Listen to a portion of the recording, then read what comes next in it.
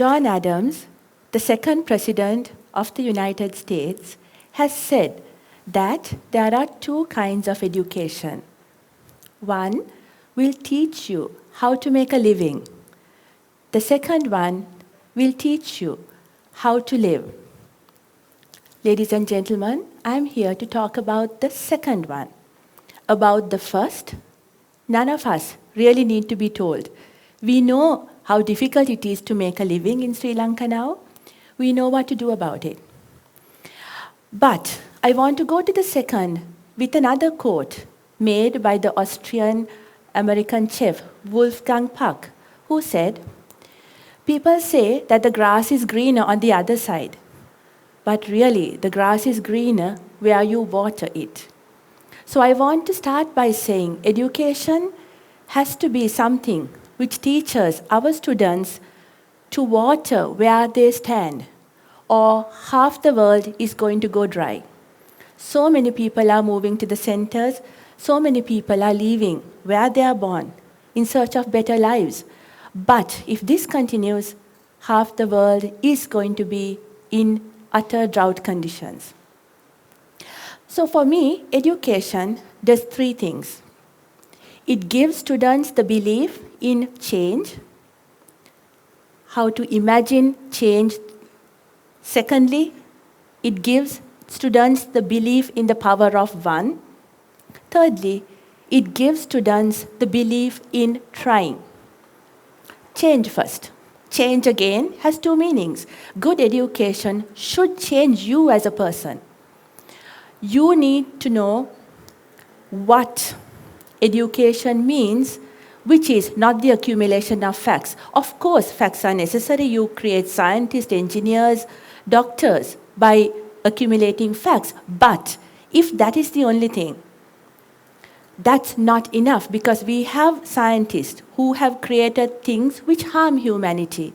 We have doctors who think first about money, second about caring. We have engineers engineering harm. That happens when knowledge is given without empathy. Education should give empathy and knowledge in balance. It is then that we can see that cleverness and not understanding is a deadly combination. Those who understand this, and if we have been successful as teachers to give both, people might see that running after power without love or without the sense of service is going to help no one.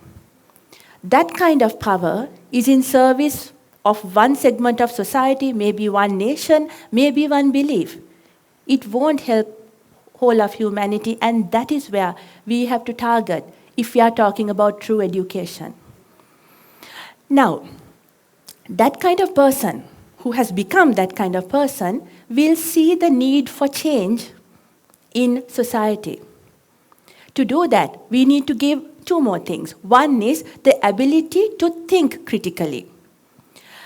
Albert Einstein had said, education is not the accumulation of facts, but the training of the mind to think.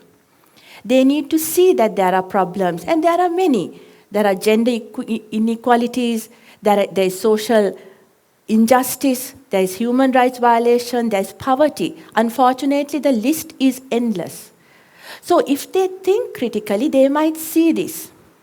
And they might try to do something about it. We do not need any more yes men and women who fit in without complaint. Maybe at the beginning of education, that was the purpose. Make people adapt to society. Not anymore, because the world has too many problems for us to have people who fit in without questioning, without challenging the status quo.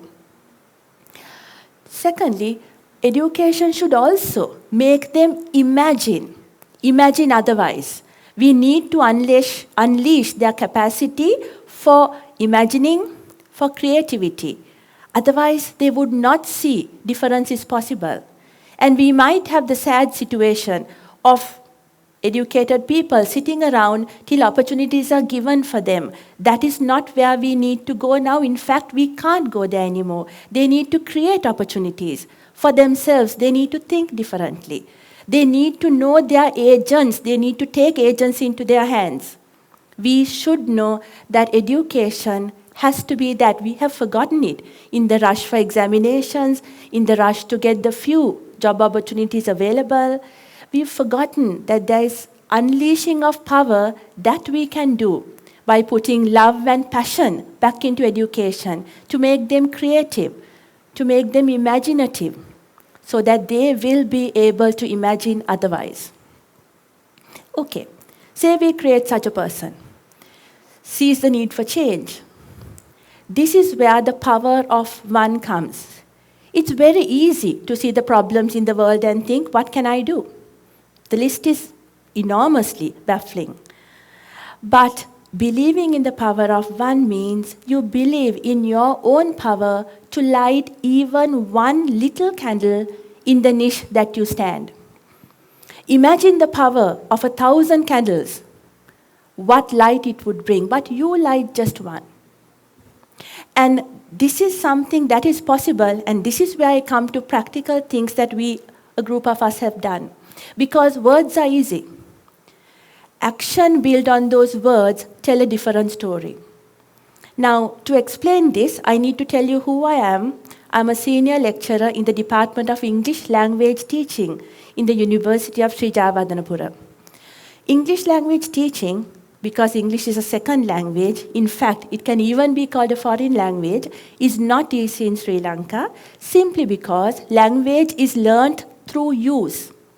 And we rarely give students a chance to use the language because we have this unfortunate habit of laughing at what we call substandard English. No one wants to get laughed at, so they don't laugh.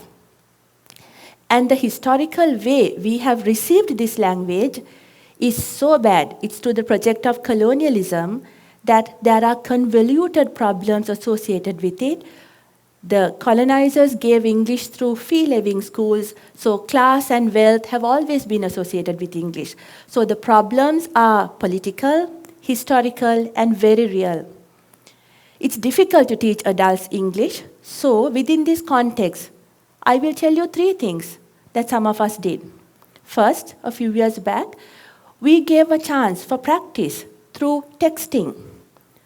The proficient English speakers like us, we were anonymous, but anyone could apply and practice with us. Texting, it was administered through my university, so therefore it was kind of an academic and very trustworthy process.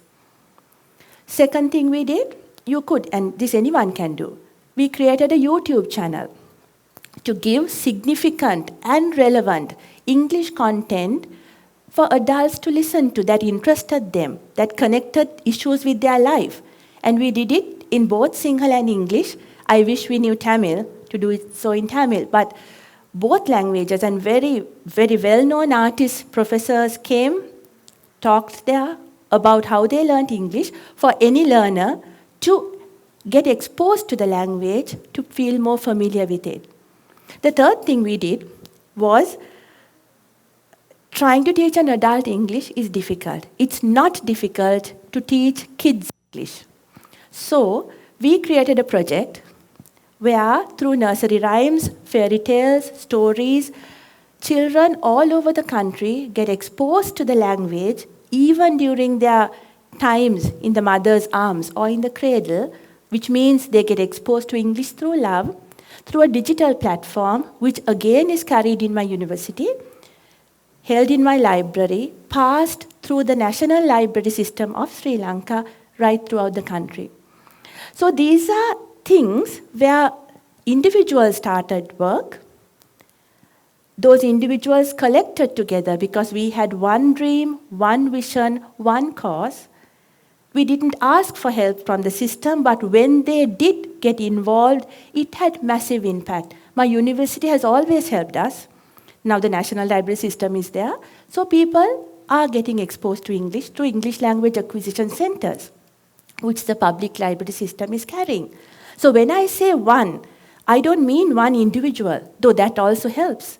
I mean one group of friends, one group of volunteers, one dream, one vision. Believe in the power of one, because the belief in systems are fast failing now, be it political, legal, economic. Let those be. It's difficult to change systems, but it is less difficult for you to stand where you are within your discipline and try to make a difference. And that's what we did. You might ask, and you should ask, how successful were we? Honestly, the answer is, I do not know. I won't be there, my friends won't be there when those kids grow up to see whether they have indeed become better language speakers. Is the YouTube channel successful? Probably, for some. Did the texting work?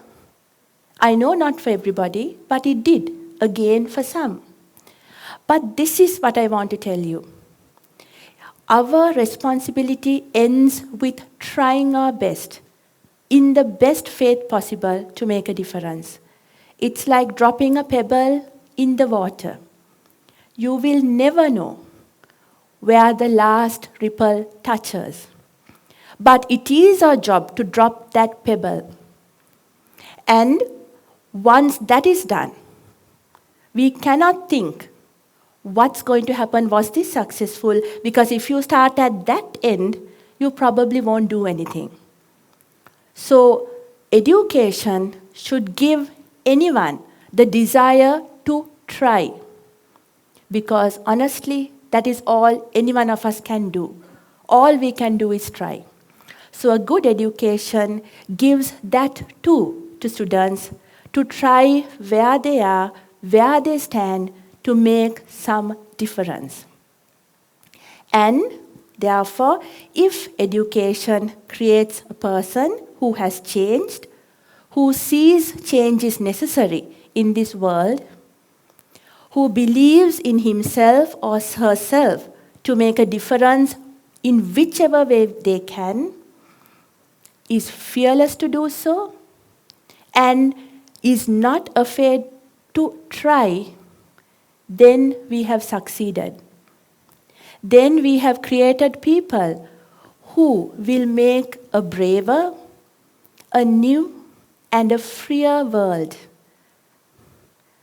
Epictetus has said, only the educated are free.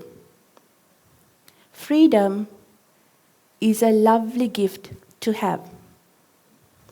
Freedom is also a very precious gift to give.